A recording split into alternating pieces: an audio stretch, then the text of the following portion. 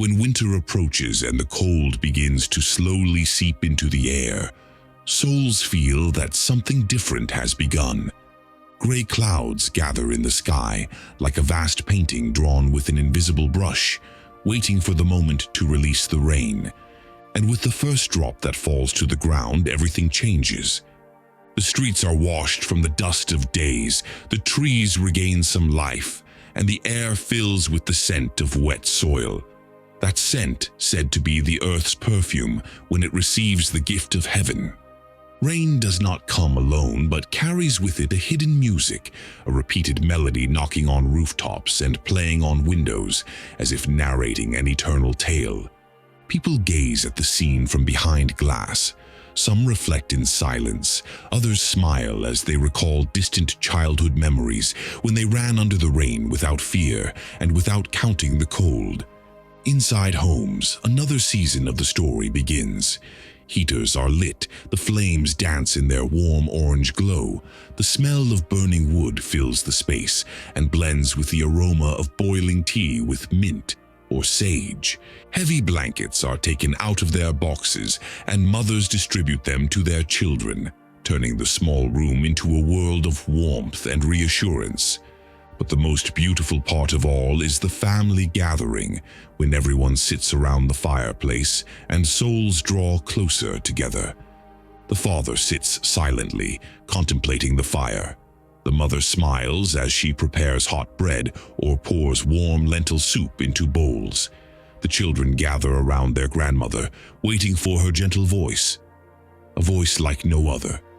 The grandmother, a woman who carries within her heart the memory of the village and the city, begins her speech softly. She always says, "In the distant past, winter was harsher than you know today, but it was more beautiful. For us, the rain was joy, and the cold was a reason to come closer." Then she begins to narrate her stories, tales where truth blends with legend.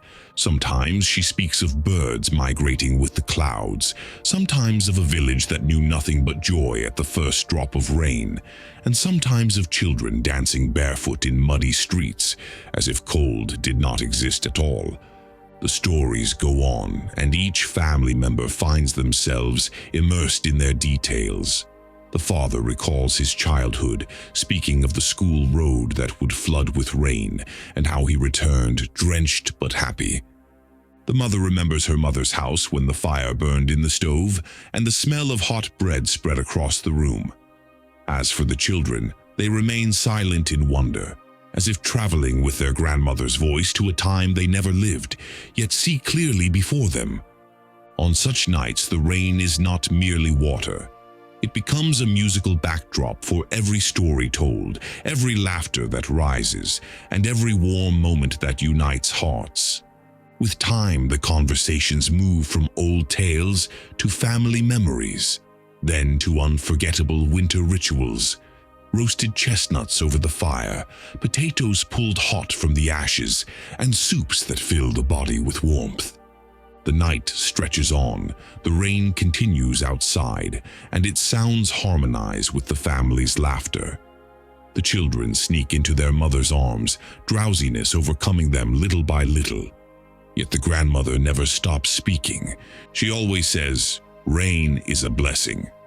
It is a message from heaven that goodness still descends upon the earth. So never forget to thank God with every drop. Her words settle in hearts like an ancient hymn, clinging to memory no matter how many years pass. As the night nears its end, voices inside the house fade. The fire in the heater begins to die out, and silence fills the place. But the rain does not stop. It continues its steady rhythm on windows and rooftops. Eyes close one after the other, and the house sinks into majestic calm, as though the rain itself had become a guardian of homes, accompanying the sleepers' dreams and giving them wings of warmth and serenity. With every new winter night, the feeling renews. Rain is not just a passing guest, but a constant companion of the soul. Each time its drops knock on window glass, they remind people of endless stories. Rain never tires of returning, as though it knows hearts await it, the way seeds await water to bloom. On those nights, children would race to the small windows, pressing their palms against the cold glass, watching raindrops compete as they slide downward. Some imagined them as soldiers from the sky, others as the earth's tears. But all of them felt there was a secret in the scene that went beyond understanding. When the cold grew harsher, everyone gathered closer to the fireplace, sharing roasted potatoes and hot chestnuts, stretching their hands toward the fire as though reaching out to an old friend. In the midst of this warmth, the grandmother's voice rose again, a voice like the rain in its gentleness and like the fire in its warmth. This time she told of winters in the distant past when no electricity lit the homes, nor modern heaters filled rooms with heat. She would say, "We depended on the lantern, a small light that was enough to brighten a whole night. We gathered around it just as you now gather around the fireplace, and with every clap of thunder outside, we would fall silent for a moment, then laugh because we knew lightning would not harm us. It was only a sign that the rain would intensify." The grandchildren listened in amazement, as though hearing a story from another world. She spoke of mud houses, of roofs that sometimes leaked water, of how people placed containers to collect raindrops. Yet she did not recall it with hardship or pain, but with a smile, for those were days filled with love and simplicity. The night continued, and the rain wrote on the windows lines that could never be erased. Some children fell asleep to their grandmother's tales before they ended, their small heads resting on their mother's shoulders. The mother smiled, covering them with blankets, then continued listening, as if they too had returned to being little girls, listening to their own mothers once again. As dawn approached, the rain began to fade, and the village or city drifted into another sound, the roosters announcing a new day. People opened their windows to a cold morning, but welcomed it with a smile, knowing the rain that had fallen overnight would leave behind green earth, clean air, and a spirit filled with hope. And as for the grandmother, she never tired, never grew weary. She would always say, "Winter is not only cold, but a school of life. It teaches us patience, for rain does not come all at once, but drop by drop. And it teaches us contentment, for though the cold is harsh, it brings hearts closer, pushes people to share bread, warmth, and kind words." Thus winter continues writing its story with humanity, a tale with no end, for rain will return every year.